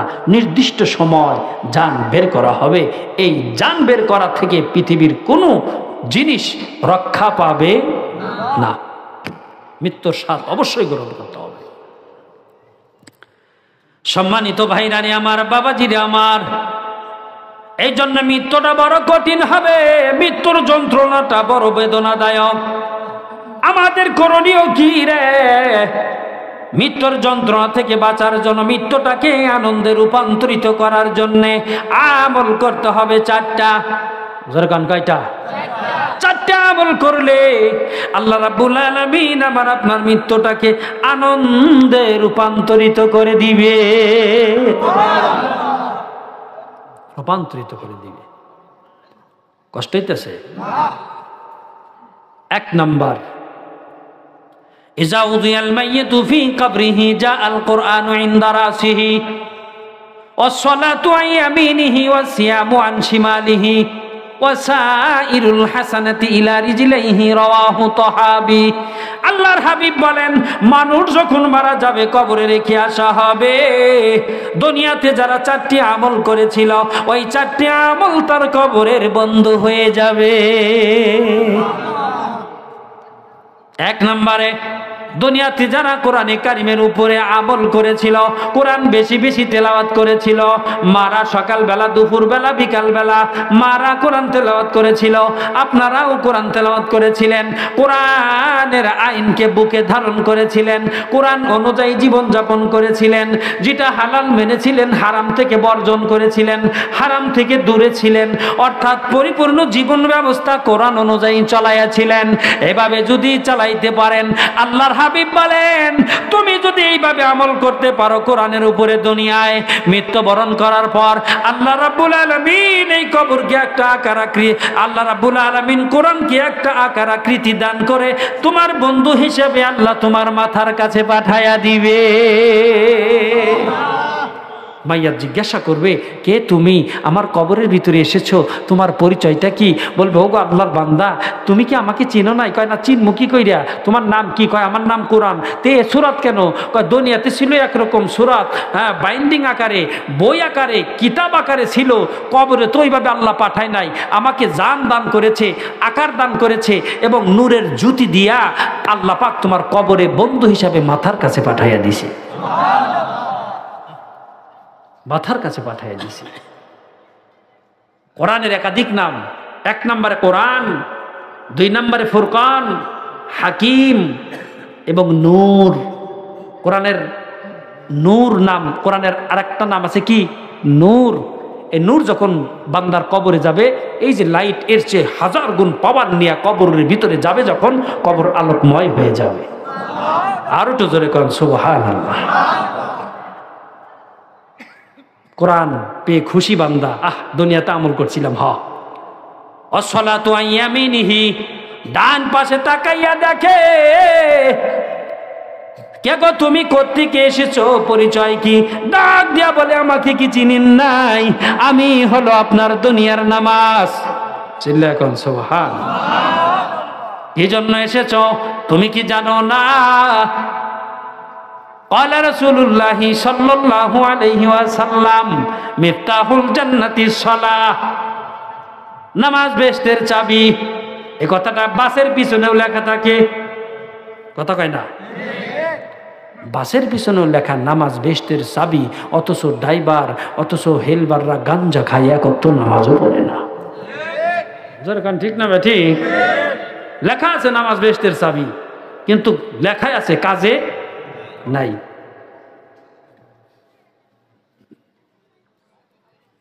কনে গানাই রে? আওয়াজ তো পাচ্ছি না, একটু আইছিল তাই না? দিয়ে আবার আহে কি না স্লোগান দিমা নিজের গান, ঠিক না? লক্ষ্য করে নামাজ ডান পাশে দাঁড়িয়ে যাবে। এই কিসের জন্য 870 বছর জীবন পেয়েছিলেন, 10 বছর থেকে নামাজ আরম্ভ করেছিলে, মৃত্যু পর্যন্ত নামাজ কাজা করো নাই। তুমি আমাকে দুনিয়ার বন্ধু বানাইয়াছিলা, দুনিয়াতে আমি নামাজকে তুমি বানাইছিলা বন্ধু। আজ তুমি দুনিয়াতে নাই, হয়ে গেছো কবরের বাসিন্দা। মহান আল্লাহ পাক আমাকে অর্ডার করেছেন নামাজ, তোমার বন্ধু দুনিয়াতে নাই, কবরের বাসিন্দা হয়েছে। তোমাকে সুন্দর আকার আকৃতি দিলাম, এই যে লাও নামাজ। তুমি নামাজ জান্নাতের চাবি নিয়া তোমার বন্ধুকে জান্নাতে না পৌঁছান পর্যন্ত ডান পাশে দাঁড়ায়া থাকবা। নামাজ বেহেশতের চাবি, চাবি নিয়ে যা ডান পাশে দাঁড়িয়ে যাবে, চিল্লে এখন সুবহানাল্লাহ। মাথার কাছে কোরআন, ডান পাশে নামাজ। আমি কই কি, আমার সারিন্দা কই কি নামাজ। বাম পাশে রোজা। কে গো তুমি আমার বাম পাশে দাঁড়িয়ে গেছো, পরিচয় দাও। চেনেন নাই? আমি হলো আপনার দুনিয়ার রোজা। কি জন্য এসেছ? কি উপকার করবা? হ্যাঁ, উপকার তো অবশ্যই করব। 10 বছর বয়স থেকে নিয়ে আল্লাহ পাক 90 বছর হায়াত দিছিল আপনাকে। একটা বছরের মাহে রমজানের রোজা আপনি বন্ধ করেন নাই, মাহে রমজানের রোজা আপনি কাজা করেন নাই, 30টি রোজা আপনি পালন করেছিলেন। সুবহানাল্লাহ কোন। রমজান মাসে অনেক জায়গা আপনাকে এনে নাই, রমজান মাসে অনেক জায়গায় দেখা যায় 4 হোটেলের সামনে দিয়া লাল পর্দা টানাইয়া ভিতরে হুস হুস করে টানে। আর দেশে আছে না বলো, এলাকায় আছে? তাহলে তো দেখা যায় সব জায়গায় একই পরিস্থিতি। রমজান মাসে লাল পর্দা দিছে, কে লাগে লাল পর্দা দিছোস? যাতে করে মানুষ না দেখে। আচ্ছা বুঝলাম, মানুষের চোখ ফাঁকি দিছোস, আল্লাহর চোখ ফাঁকি দেওয়া যাইব? চিল্লে এখন যাবে? রোজা রাখলে 9টা উপকার। রোজা রাখলে কয়টার উপকার? একটা উপকারের কথা কমু, সব আজ কইরে যাওয়া যাইব না, তাহলে আশা করা যায় না আবার দ্বিতীয়বার দাওয়াত দিব। এই জন্য কিছু রেখে যেতে হবে, যাতে করে হ্যাঁ আবার আমারে ডাকে। রোজা রাখলে উপকার কয়টা? 9টা। একটা উপকারের কথা বলি, যারা দুনিয়াতে মাহে রমজানের 30টা রোজা বাদ দিবে না, রব্বুল আলামিন এই ব্যক্তির ব্লাড ক্যান্সার দিয়া কোনোদিন একে মৃত্যু দান করবে না। কারণ কিতাবে আছে, রোজা থাকলে পারে বদ রক্তকে আল্লাহ ক্লিন করে দেয়, বদ রক্ত সুন্দর হয়ে যায়। বদ রক্তকে ক্লিন করে আল্লাহ স্বচ্ছ রক্ত দ্বারা আপনার দেহকে শক্তিশালী করে দেয়। রোজা ছাড়বেন না ধরবেন? সবাই পালন করবেন তো ইনশাল্লাহ। আর 8টা উপকার পরে, টাইম নাই, কোন সঙ্গে 20 এসে যায়। লক্ষ্য করেন আমার ভাইরা বাবাজিরা, তাহলে বাম পাশে দাঁড়িয়ে গেছে রোজা। লাল পর্দা টানায়া যারা হুস হুস করে দুপুরকালে নামাজ পড়ে যায়, দিয়ে এই আওয়াজটা আসে, মনে মনে ভাবি ডকুমি নাকি আমি একটা চুমুক দেই, যে ভাবে হিন্দে শুকিয়ে গেছে। হ্যাঁ, খালি ছ্যাপ ফালাইতেছি, তাও মনে দইয়ের মতো আটা আটা। জোরে কান ঠিক না? কিন্তু মনে চাই একটা টান দিতে, কিন্তু দেই না। বয় কার? এই যে বয় যে আল্লাহর, এইটাকেই বলা হয় রোজা। জোরে কান সুবহানাল্লাহ। এই যে বয়, যত বড় আল্লাহর ওলি কেনা হয়, দুপুরে পানি খাইতে মনে চায়, যদি কয় আমার মনেও চায় না, ও মিথ্যা কথা কইতাছে। কথা কয় না কে? রোজা থেকে খাইতে মনে চাবে না, মানে মনে মনে ভাবি যদি এই টাইমে আল্লাহ অর্ডার করতো, খা 6 জগে এক টানে শেষ দিয়ে দিতাম, যে পিপাসা লাগছে। ধরে কন ঠিক না? ঠিক। কিন্তু দেই না। ভয় কার? এইটাই রোজা। এই যে ভয়, এইটাই রোজা। তো বাম পাশে দাঁড়াইছে, কিসের জন্য দাঁড়াইছো? রে আল্লাহর বান্দা, দীর্ঘদিন দুনিয়াতে ছিলা, দীর্ঘদিন দুনিয়াতে ছিলা, তুমি মাহে রমজানের রোজা ভঙ্গ করো নাই, রোজা তুমি থেকেছ। আল্লাহ রাব্বুল আলামিন আমি রোজাকে বলল, রে রোজা যা, তোমার বন্ধু দুনিয়াতে নাই, আমি আল্লাহ পাক হায়াত দেই নাই, শেষ করে নিয়েছি। তার হায়াতে আর নাগল পায় নাই, কবরের বাসিন্দা বানাইছি। তাড়াতাড়ি করে চলে যাও, যেই বান্দা তোমাকে বানাইছিল দুনিয়ার জীবনের বন্ধু, আজ তোমার বন্ধুকে তুমি কবরের বন্ধু বানায়া নাও। আমি তোমার বন্ধুরূপে বাম পাশে এসে দাঁড়ায় গেছি। জোরে কম সুবহানাল্লাহ। আরো কোনো উপকার আছে? কয় আছে উপকার, একটু উপকার করুন। কি উপকার? এই যে হুজুররা ওয়াজ করে, আপনারা হাদিস কোরআন পড়েন যে আল্লাহ পাক মুমিন বান্দার কবরের ভিতরে জান্নাতের একটা সুড়ঙ্গ করে দিব, জান্নাতের নাজ নিয়ামত কবরে যেতে থাকবে। জোরে কোন ঠিক না? রোজা কয় আল্লাহর বান্দা কত কষ্ট করছো, চৈত্র মাসের দিনে রোজা থাকছো, খাইতে মনে চাইছে খাও নাই, আল্লাহকে ভয় করছো, আল্লাহ রাব্বুল আলামিন জান্নাতি খাবার যে তোমার এই কবরে আইবো এটারে সরবরাহ করার দায়িত্ব মহান আল্লাহ আমাকে দান করছে। তাহলে মাহে রমজান আইতাছে, রাখবেন না ছাড়বেন? সবাই রাখবেন তো ইনশাআল্লাহ? আল্লাহ পাক তৌফিক দান করেন, সকলে কোন আমিন। কষ্ট হইতাছে? 4 নম্বরে আসাইরুল হাসানাতি ইলা রিজলাইহি রাওয়াহু তাহাবি। পায়ের কাছে ডাক দাঁড়ায়, পায়ের কাছে নজর করার সাথে সাথে অনেকগুলো নিয়ামত দাঁড়িয়ে রয়েছে। তোমরা কারা? আমার পায়ের কাছে দাঁড়ায়া গেছো, তোমরা কে? তোমাদের পরিচয় তুলে ধরো। পায়ের কাছে দাঁড়াইয়া যে আমলগুলো অপেক্ষা করতেছে এবার পরিচয় দিয়া দেয়, ওগো আল্লাহর বান্দা আমরা হলো কা দুনিয়ার ওই দান, যেই দানের দ্বারা মাদ্রাসা উপকৃত হয়েছিল, যেই তোমার টাকার দানের দ্বারা কবরস্থানের উপকার হয়েছিল, তোমার দানের দ্বারা এতিম গরিব অসহায় মানুষরা সহযোগিতা পেয়েছিল, তুমি একজন এতিমের জামা বানায়া দিছিলে, তুমি একজন অসহায় বিধবাকে সাহায্য করেছিলে, তুমি এ সমস্ত দান করছো আল্লাহকে দেখানোর জন্য দান করো নাই, একমাত্র আল্লাহকে রাজি খুশি মানুষকে দেখানোর জন্য দান করো নাই, একমাত্র আল্লাহকে রাজি খুশি করার জন্য দান করেছিলে। মহান আল্লাহ তোমার উপরে রাজি খুশি হইয়া মহান রব্বুল আলামিন দুনিয়ার সব দানকে আল্লাহ একটা আকার আকৃতি দিয়া তোমার পায়ের কাছে তোমার চতুর্থ বন্ধু হিসাবে পাঠায়া দিছে। তাহলে কবরের সঙ্গী বন্ধু হবে কয়টা জিনিস? আর একটু জোরে বলেন কয়টা? মাথার কাছে কোরআন, মাথার কাছে কি? ডান পাশে জোরে বলেন, বাম পাশে, পায়ের কাছে এহানি ফেস লাগাই দিছে কয় কোরআন। ছাত্র ডাব্বা মার্কা যেটা কইছে জোরে কন ঠিক না? পার কাছে কি? দান দক্ষিণা। পার কাছে কি? যা দুনিয়াতে দান করবেন এই সব দানকে আল্লাহ পাক আকার আকৃতি দিয়ে পার কাছে দাঁড় করাই দিবে। চিল্লিয়ে কোন সুবহানাল্লাহ। তোমরা কি লেগে আইছো? কাজ কি তোমাকে?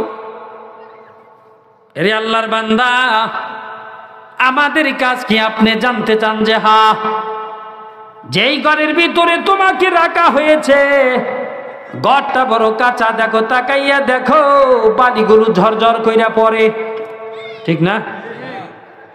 বালি পড়ে। আল্লাহ রাব্বুল আলামিন তোমার উপরে রাজি এবং খুশি। আল্লাহর বান্দা যতদিন তুমি এই ইসরাফিল আলাইহিস সালাম সিংহায় ফু না দিবে দ্বিতীয়বার, ততদিন তোমার এই কবরের চতুর্দিকের মাটিকে হেফাজত করব আমরা। আর জোরে কোন সুবহানাল্লাহ। মনে থাকবে? তাহলে যেখানে যে সময় যা দান করা প্রয়োজন করবো তো ইনশাআল্লাহ। এই মোতার ছুটি দেই নেই তো, ওঠেন কে? বহেন, একটা উঠতে পারবেন না, কষ্ট হইতেছে। এবার আসেন, লক্ষ্য করেন নাফরমানের এই জায়গা আটকে গেছে গা, মনে আছে? আটকে গেছে গা, যান উপরেও যায় না নিচেও যায় না।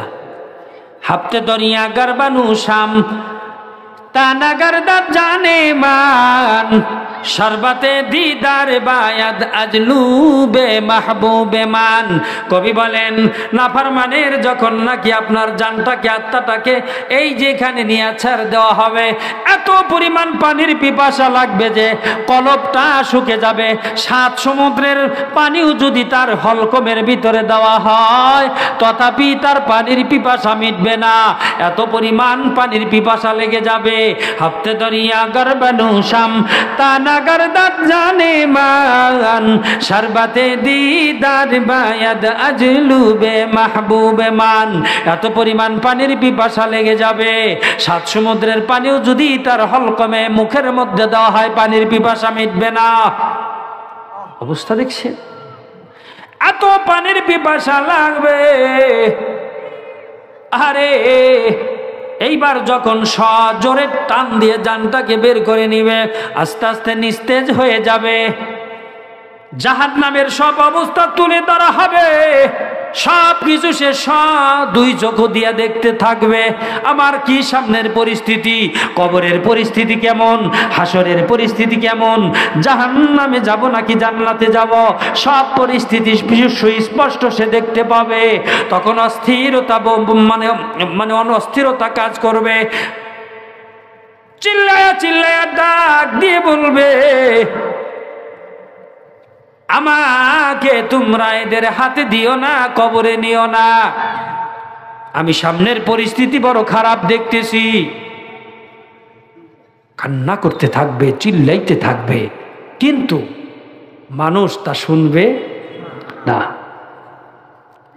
তাহলে আল্লাহ পাকের হুকুমের ভিতরেই রয়েছে দুনিয়াতেও শান্তি, আখেরাতেও শান্তি। চারটি আমল যারা দুনিয়াতে করবে এদের জন্য কবরটা হবে শান্তির ঘর। চিল্লে এখন সুবহানাল্লাহ।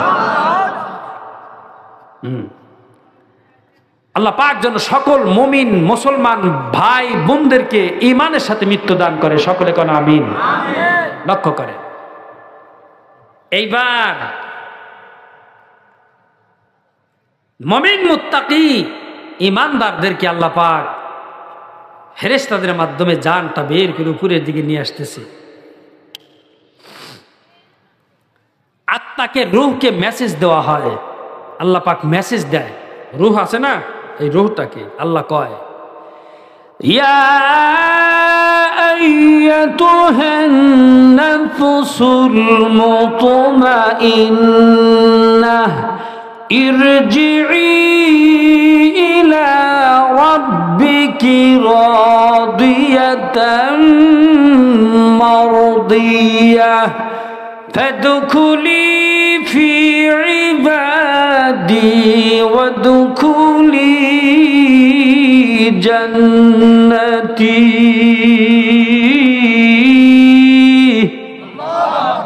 হে প্রশান্ত আত্মা, হে প্রশান্ত আত্মা, ইরজিই, বের হয়ে আসো। আত্মা কয় কই বের হয়ে আসবো, কোন দিকে? রাব্বিকে, তোমার প্রভুর দিকে বের হয়ে আসো। যেরকম সুবহানাল্লাহ। যেই প্রভু তোমার উপরে রাজি আছে এবং খুশি আছে। আসার পরে ফাদখুলি ফি ইবাদি, আমার পরহেজগার বান্দাদের সাথী হয়ে যাও। যে সমস্ত বান্দারা আমার অনুগত্য, অনুসরণ, অনুকরণ, আমার ফরজ বিধান, আমার ওয়াজিব, রসুলের সুন্নত আদায় করেছে, এই বান্দাদের কাতারে দলবদ্ধ হয়ে যাও। জোরে কোন সুবহানাল্লাহ। ওয়াদখুলি জান্নাতি, এবং তুমি জান্নাতের মেহমান হয়ে যাও। জোরে কোন সুবহানাল্লাহ। এই মেসেজটা পাওয়ার সাথে সাথে ইমানদারের রূহটা পরিপূর্ণভাবে বের হয়ে যায়। চিল্লায়া কোন সুবহানাল্লাহ। বড় খুশি। এইবার চেহারাটার কপালটা ঘামতে থাকবে হালকা। মুমিন মুত্তাকির মৃত্যুর যখন আপনার মালাকুল মউত আজরাইল জানটা বের করবে, সাকরাত, দেখবেন কপাল ঘামবে। কপাল ঘামাটা হচ্ছে মুমিন এবং ইমানদারের একটা লক্ষণ। জোরে কোন সুবহানাল্লাহ। কপাল ঘামবে, কথা কি বুঝে আসছে? কপাল ঘামবে। কপাল ঘামলে এটা ভালো লক্ষণ। মৃত্যুর 15টা ভালো লক্ষণের মধ্যে এটা একটা লক্ষণ যে মুমিন ইমানদারের যখন মৃত্যু হবে তখন তার কপালটা হালকা ঘামবে। জোরে কোন সুবহানাল্লাহ। বাইরে আমার, বাবাজিরা আমার, এই মত থেকে কেউ রক্ষা পাবে না। লক্ষাধিক পয়গাম্বার নবীদেরকে আল্লাহ দুনিয়াতে প্রেরণ করেছিলেন, কোন নবী দুনিয়াতে নাই। মাত্র 4 জন নবী এখনো জীবিত আছে। কয়জন? 4 জন এখনো জীবিত আছে। ছিলে এখন সুবহানাল্লাহ। এদেরও মৌত হবে। 4 জন নবী এখনো জীবিত আছে।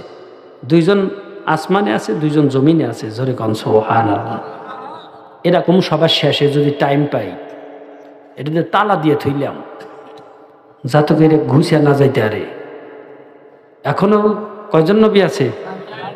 4 জন। 2 জন আসমানে আর 2 জন জমিনে এখনো জীবিত আছে। চিল্লে কোন সুবহানাল্লাহ। শুনবেন না, না শুনি যাইবেন গা। তে এই সিঙ্গের মানুষটি ওয়াজ মনে হয় কমিশন, একটু গানের প্রতি মনে হয় বেশি ঝুঁকি আছে, তাই না? ও আচ্ছা, তাই তো কই গরু বান্ধি নেই ছুটছে কেমনে রে? তাই তো কই গরু বান্ধি নেই ছুটলো কেমনে? মাহফিলে তো মানুষ কম কে, যার কান ঠিক না? ঠিক। আল্লাহ হেদায়েত দান করুক সকলে, কোন আমিন। নবীদেরও মৃত্যু হয়েছে। নবীরা মৃত্যু হওয়ার পরে তাদের রওজায় আল্লাহ পাক আবার জীবিত করে দিছে।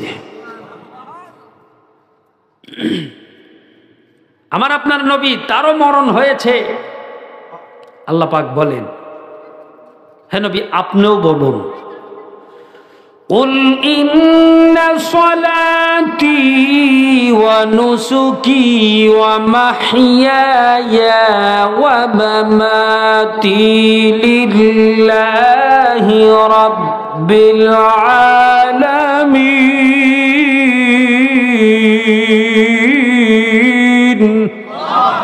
হে নবী আপনিও বলুন, আমার নামাজ, আমার কুরবানি, আমার বেঁচে থাকা, আমার মরণ সব আল্লাহর হাতে। জোরে কোন সুবহানাল্লাহ।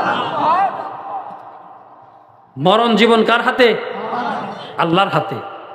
এজন্য কোন লোক যদি ফাঁসি নিয়ে মারা যায়, বিষ খায়া মারা যায়, ইসলামে শরিয়ার বিধান হলো এটা ফালাইয়া দাও, জানাজা টানাজা লাগবে না। আর যদিও কেউ জানাজা পড়ায় কিচ্ছু জানে না, দুয়া কালমা কিচ্ছু জানে না, হ্যাক দিয়ে পড়াও।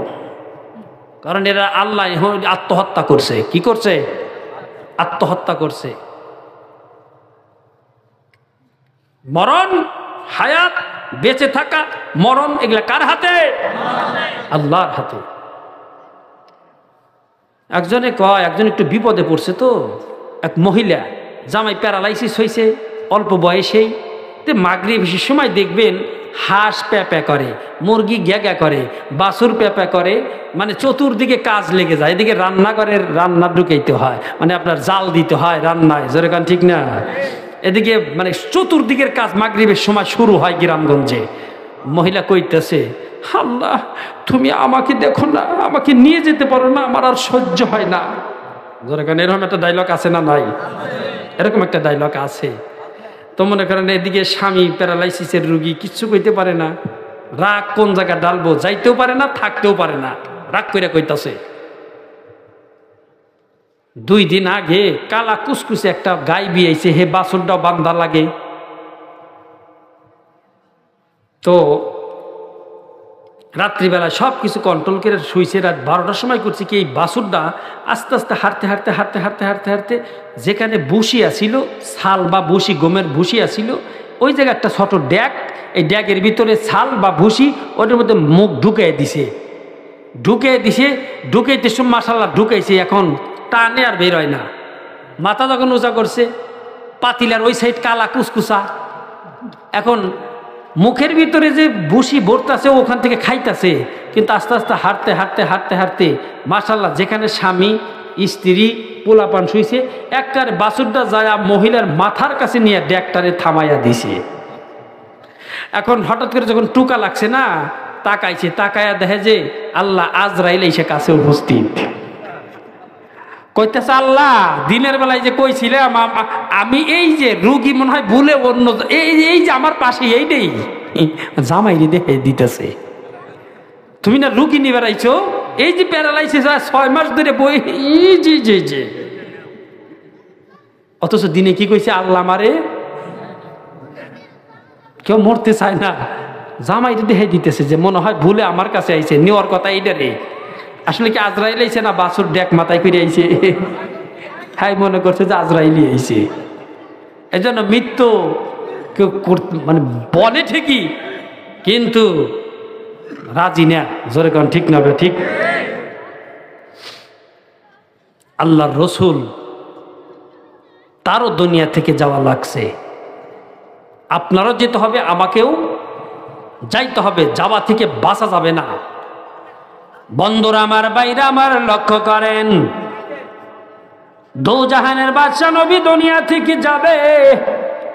আমার বাইরা, বাবাজি আমার, জিবরাইল আর আজরাইল আলাইহিস সালাম ঘরের দরজার কাছে এসে সালাম দেয়, আসসালাতু আসসালামু আলাইকা ইয়া রাসূলুল্লাহ, আসসালাতু আসসালামু আলাইকুম ইয়া হাবিবাল্লাহ।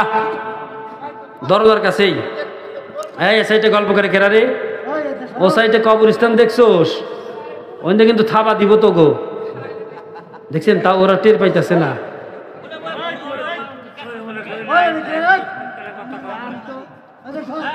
শয়তানে যে কি চাবিটা দিয়ে চারাইতেছে রে ভাই। জোরে কান ঠিক না? ঠিক। এই বসেন, লক্ষ্য করেন, আমার দিকে তাকান। কি কষ্ট হইতাছে? লক্ষ্য করেন। হজরতে দু জাহানের বাদশা রাসূল করিম সাল্লাল্লাহু আলাইহি সাল্লামের গেটে এসে, দরজায় এসে আজরাইল সালাম দিতাছে। দু জাহানের বাদশা বলে, ফাতেমা রে, দেখো তো কেরা সালাম দিল, সালামের কণ্ঠ তো ব্যতিক্রম মনে হয়, কে দিল দেখো তাকাইয়া। হযরতে ফাতেমা রাদিয়াল্লাহু তাআলা আনহা দরজা খুলে দিলেন। খুলে দেওয়ার পর জিবরাইল আজরাইলকে আল্লাহ রাব্বুল আলামিন নোটিশ দিয়ে দিলেন যে আজরাইল, তাড়াতাড়ি কইরা সূরা পরিবর্তন করো, তা না হলে আমার বন্ধুর কথার ভিতরে একটু আপনার এসে যায়। আমার বন্ধু বলছে, দেখো কে ডাকে, কোন মানুষটা ডাকে, দেখো দরজা খুলিয়া। দরকার ঠিক না? উনি তো ফেরেশতার সূরাত, সঙ্গে সঙ্গে একটা মানুষের সূরত ধারণ করছে। যেরকম সুবহানাল্লাহ। ফাতেমা রাদিয়াল্লাহু তাআলা আনহা দরজা খুলে দেখে যে এমন একটা মানুষ দাঁড়িয়ে রয়েছে। এই দাও, দরকার আছে একটু একটাই কমু। এমন একটা লোক দাঁড়িয়ে রয়েছে যাকে আমরা উনি জিন্দেগিতেও চেনে না। যেরকম সুবহানাল্লাহ। ইয়া রাসূলুল্লাহ, ইয়া হাবিবাল্লাহ, আব্বাজান, এমন একটা লোক দরজার কাছে দাঁড়ানো, যাকে কোনোদিন দেখি নাই, যাকে কোনোদিন চিনি নাই, দেখি নাই, যার কণ্ঠ শুনি নাই, এমন একজন ব্যক্তি দরজার কাছে দাঁড়িয়ে রয়েছে গো আব্বা। এই লোকটাকে তো চিনি না, ঘরের ভিতরে আসার পারমিশন চায়, আপনার কাছে সাক্ষাৎ করতে চায়। আল্লাহর রাসূলের জ্বর, সারা শরীর চাদর দিয়ে আবৃত করা হয়েছে। আল্লাহর রাসূল সারা শরীর ঘেমে গেছে, সারা শরীর ঘেমে গেছে। আমার ভাইরা, আল্লাহর রাসূল সাল্লাল্লাহু আলাইহি ওয়াসাল্লাম ফাতেমাকে ডাক দিয়া বলেন, ফাতেমা রে, এটা এমন একটা জিনিস এসে গেছে রে আমার দরজার কাছে, যিনি মানুষের কাছে অনুমতি নেয় না, কারো কাছে অনুমতি চায় না, কিন্তু আমার কাছে অনুমতি চায়। এটা হলো আমার জন্যই একমাত্র মর্যাদা, পারমিশন। আমি হলো আখিরি জামানার পয়গম্বর। আমি যদি অনুমতি দেই তাহলে মালাকুল মউত আমার কাছে আসবে, অনুমতি যদি না দেই আমার কাছে আসবে না, আমাকে রেখে চলে যাবে। আমার ভাইরা, বাবাজিরা, ফাতেমা কান্দে, বাবা গো, আপনি তাকে সরে যেতে বলেন, তাকে চলে যেতে বলেন, সে যেন চলে যায়। আল্লাহর হাবিব ডাক দিয়ে বলেন, ফাতেমা রে, উনি কারো কথা শুনলে না, দেখি উনি থাকবেন না যাবেন, ওনার মুখ থেকেই শুনি। মালাকুল মউত আজরাইল ডাক দেয়া বলেন, ইয়া রাসূলুল্লাহ, ইয়া হাবিবাল্লাহ, আপনি যদি পারমিশন দেন তাহলে আপনাকে নিয়ে যাব, আর যদি পারমিশন না দেন আপনাকে রেখে আল্লাহ চলে যেতে বলেছেন। এত বড় পাওয়ারফুল নবী আপনি, কোন নবীর ক্ষেত্রে এই ছাড়টা দেওয়া হয় নাই, শুধুমাত্র কেবলমাত্র আপনার খাতিরে। এইবার হযরতে নবী করিম সাল্লাল্লাহু আলাইহি ওয়াসাল্লাম বলেন, আজরাইল রে একটু দাঁড়াও, দেখি আমি খবরটা নিয়ে নেই। হযরতে দু জাহানের বাদশা নবী হযরতে জিবরাইল আমিনের অপেক্ষায় রয়েছে, দেখি জিবরাইল এই মুহূর্তে কোন কথা নিয়ে আসে। মুহূর্তের ভিতরে জিবরাইল আমিন আগমন করলেন। চিল্লায়ে কোন সুবহানাল্লাহ। ইয়া রাসূলুল্লাহ, ইয়া হাবিবাল্লাহ, আল্লাহ রাব্বুল আলামিন একটা আয়াত দিয়া প্রেরণ করেছেন। জিবরাইল আমিন আল্লাহর রাসূলকে আয়াতটা পাঠ করে শোনায়া দিলেন, ইন্নাকা মাইয়িতু ওয়া ইন্নাহুম মাইয়িতুন। নবী গো, আপনিও মরণশীল, আপনার শত্রুরাও মরণশীল। এই কথা হযরত জিবরাইল আমিন আল্লাহর রাসূলের কানে কানে বলে দিলেন। এর দ্বারা বুঝাইলেন, ইয়া রাসূলুল্লাহ, আপনার বন্ধু আপনাকে স্মরণ করছে, রফিকে আ'লা, আপনি আপনার বন্ধুর ডাকে সাড়া দেন। আপনার জমিনে থাকার দরকার নাই, আপনি আল্লাহর ডাকে সাড়া দেন, আপনার বন্ধুর সাথে আপনার মোলাকাত হয়ে যাবে। তখন হযরতে দু জাহানের বাদশা নবী মুহাম্মদ রাসূলুল্লাহ সাল্লাল্লাহু আলাইহি সাল্লাম অনুমতি দিলেন। জোরে কোন সুবহানাল্লাহ। আল্লাহর নবী কাঁদতেছেন, চোখ বেয়ে বেয়ে দাড়ি মুবারক বেশে বেশে পানিগুলো পড়তেছেন। ফাতেমা জিজ্ঞাসা করে, বাবা গো, আপনি কান্না করেন কেন? মনে হয় আপনার মনে হয় আমার কথা মনে পড়বে, আমার কথা মনে করে কান্নাকাটি করতেছেন। না, তোমার কথা মনে করে কান্নাকাটি করি না। তাহলে মনে হয় হাসান হুসাইনের কথা স্মরণ করে কাঁদতেছেন। না, হাসান হুসাইনের কথা স্মরণ করেও কান্দি না। বাবা গো, আপনি মনে হয় আমার মায়ের কথা স্মরণ করে কাঁদতেছেন। না, তোমার মার কথা স্মরণ করেও কান্দি না। বাবা গো, আপনি কি জন্য কান্দেন গো বাবা? আমাকে একটু আশ্বস্ত করেন, কি জন্য কান্দেন? নবী আবার দুই চোখের পানি ছেড়ে দিয়ে কয়, ফাতেমা রে, আমি কান্দি আমার গুনাহগার উম্মতের জন্যে।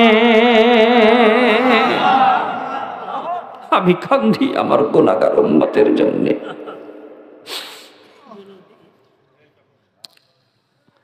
আমরা যে তার আদরের উম্মত, উম্মতের করলাম কি?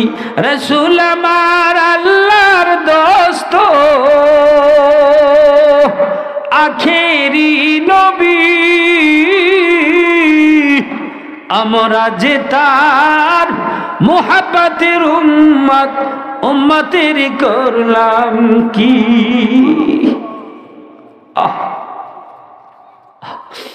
আল্লাহ পাক যেন আমাদের সকলকে ঈমান নামক দৌলত নসিব করেন। সকলেই বলেন আমিন।